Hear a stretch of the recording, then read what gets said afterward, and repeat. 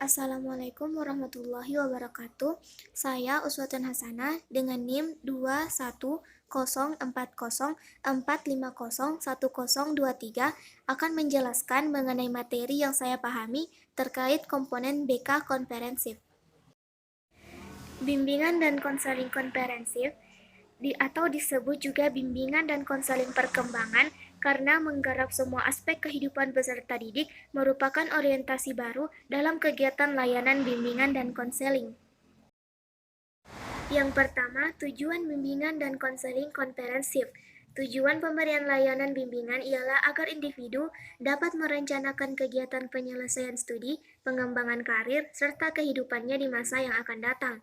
Selanjutnya, mengembangkan seluruh potensi dan kekuatan yang dimiliki seoptimal mungkin. Juga menyesuaikan diri dengan lingkungan pendidikan, lingkungan masyarakat, serta lingkungan kerjanya, dan mengatasi hambatan dan kesulitan yang dihadapi dalam studi, penyesuaian dengan lingkungan dan pendidikan, masyarakat, maupun lingkungan kerja.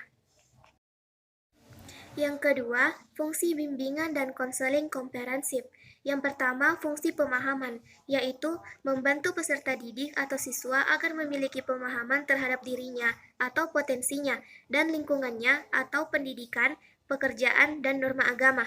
Yang kedua, fungsi preventif, yaitu upaya konselor untuk senantiasa mengantisipasi berbagai masalah yang mungkin terjadi dan berupaya untuk mencegahnya, supaya tidak dialami oleh peserta didik.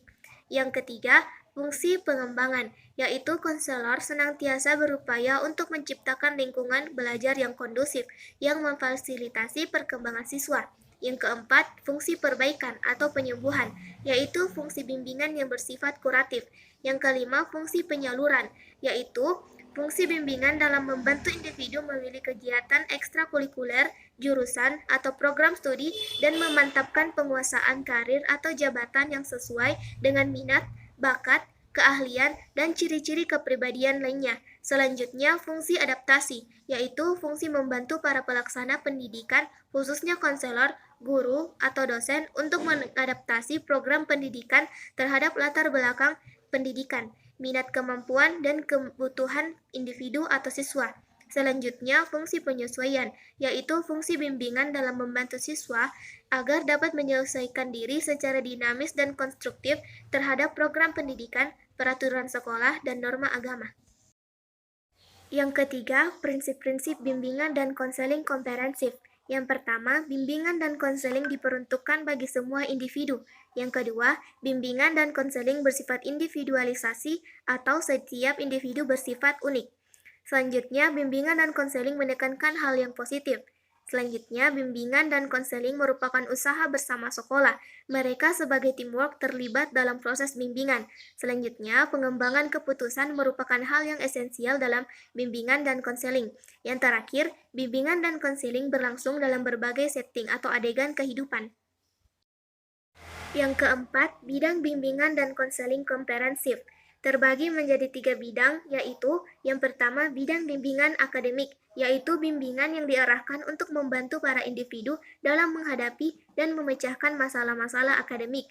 Yang kedua, bidang bimbingan sosial pribadi, yaitu bimbingan untuk membantu para individu dalam memecahkan masalah-masalah sosial pribadi. Yang terakhir, bidang bimbingan karir, yaitu bimbingan untuk membantu individu dalam perencanaan, pengembangan, dan pemecahan masalah-masalah karir. Komponen program bimbingan dan konseling komprehensif. Program bimbingan dan konseling mengandung 4 komponen layanan, yaitu yang pertama, layanan dasar bimbingan dan konseling.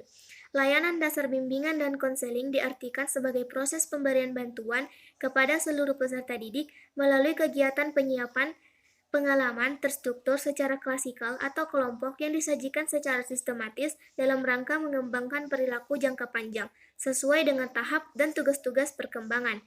Yang kedua, layanan responsif, bimbingan, dan konseling merupakan pemberian bantuan kepada peserta didik yang menghadapi kebutuhan dan masalah yang memerlukan pertolongan dengan segera, sebab jika tidak segera dibantu, dapat menimbulkan gangguan dalam proses pencapaian tugas-tugas perkembangan. Yang ketiga, layanan perencanaan individual bimbingan dan konseling.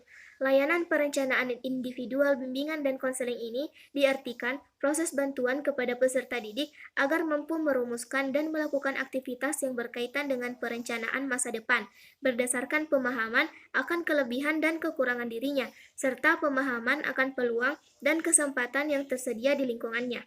Yang keempat, layanan dukungan sistem bimbingan dan konseling merupakan komponen layanan dan kegiatan manajemen, tata kerja, infrastruktur, misalnya teknologi informasi dan komunikasi, dan pengembangan kemampuan profesional konselor secara berkelanjutan yang secara tidak langsung memberikan bantuan kepada peserta didik atau memfasilitasi kelancaran perkembangan peserta didik.